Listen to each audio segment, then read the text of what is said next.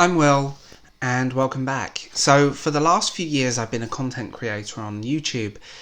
I've done my 5 books of the year so far video. And this is my 5 books of the year so far video 2019. So, hello. So here are my 5 books of the year so far. I was going to put Bridge of Clay by Marcus Zusak in this list, and I decided against it because that is my book of the year so far anyway. So I decided to talk about 5 other books which are brilliant and that I've loved. So here they are. Zero Bomb. So this is speculative fiction. It deals with technology. It deals with a world where technology and humans... Technology is slowly overtaking. There is a murder mystery. There is a other mystery that opens other doors. And you wind up with a man who's looking for rebuilding his life, looking for the missing pieces, and just... This book just got under my skin for that reason. Beautifully written. The narrative is very strong, and I do love the writing style because it is just a really strong book. You know, it's one that you can't put down, and I love speculative fiction full stop. Snakeskin. This is another speculative fiction, and this deals more with who we are, what makes us who we are.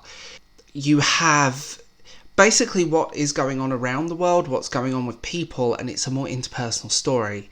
The writing again is really strong, and it gets under your skin, excuse the pun, and you end up not being able to put it down. It's a book that will leave a mark on you for all the best reasons, and this kind of cyberpunk-esque speculative fiction again that just... If you're a fan of things like Channel 4's Humans, you will be a fan of this. It's on that level of good. So, there it is. Anne Griffin. When All Is Said. This book is more of a personal narrative. It's set when he's now in his 80s and he's in a bar and he's going to toast 5 people. It's stories of his life. It's stories of the people in his life. It's told in the first person. It's very personal.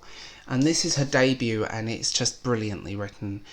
I love the fact that it is so interpersonal, that it just lingers in the mind you can't put it down. And you fall in love with these characters and this world and these people, and you realise that these people are reflecting us, and it's just a great narration of a man's life. The Binding by Bridget Collins. This is a sort of historical fantasy. It's kind of set in a world that's very similar to the early 19th century. And he is picked to be a bookbinder. And in this world, bookbinders combined your memories, your thoughts, your feelings, and put them in a book to read by other people. He's called as an apprentice, and that's where it starts. He finds a book with his name on it, and then it unravels. It's fascinating reading, and it's one that you can't put down. It's also very beautiful. I just want to mention how pretty this book is. But, you know, when it comes down to this kind of magical fantasy level, this is so well done, and the love story is so sweet and charming as well. Really enjoyable, and definitely, yeah. Finally, this was very hard to pick.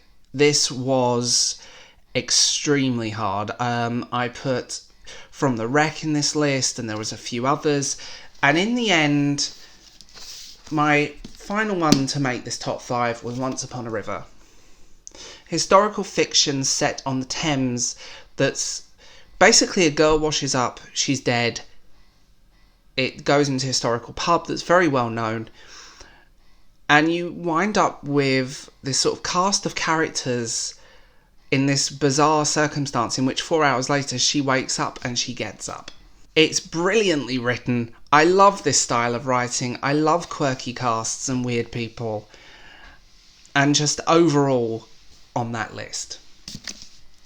Like I said, there were countless other books I wanted to mention, but doing a top 5 is very hard.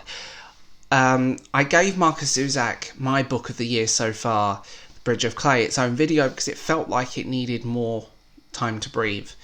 And this is a different type of book of the year. These are my top 5s. If I could do a top 10 or a top 20, it would probably go on and on and on. And I have read some corkers. So if you guys want to hear my worst books of the year, feel free. And I might make that video if you comment. And I will talk to you guys later. Bye.